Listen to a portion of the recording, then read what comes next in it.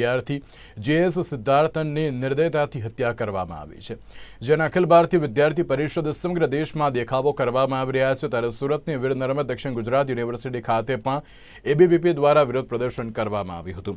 વિરોધકર્તાઓએ પણ જણાવ્યું હતું કે આ ઘટનાને પશુ ચિકિત્સક સમુદાયને જ આંચકો આપ્યો નથી, પરંતુ સમગ્ર દેશમાં શિક્ષણ લઈ રહેલા વિદ્યાર્થીઓની સલામતી અંગે પણ ગંભીર ચિંતાઓ પણ વ્યક્ત કરવામાં આવી છે।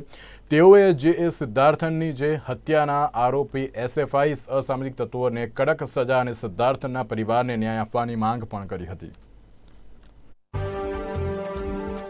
યુનિવર્સિટી મેઇન ગેટ ખાતે જે સિદ્ધાર્થ નામક જે સ્ટુડન્ટ છે એમની જે હત્યા કરી નાખવામાં આવી છે SFI સ્ટુડન્ટ વિંગ દ્વારા, એના માટે વિરોધ પ્રદર્શન કરી રહ્યા છે।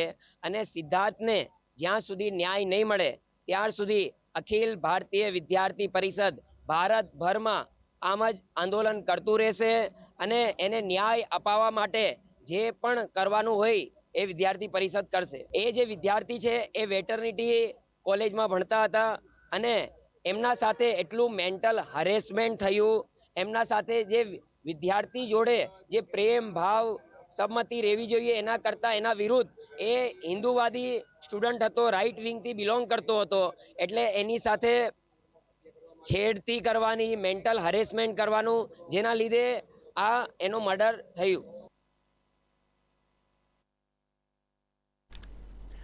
વડાપ્રધાન નરેન્દ્ર મોદી ગુજરાતના પ્રવાસે હતા, ત્યારે આજે તેમણે અમદાવાદથી દેશને 10 નવી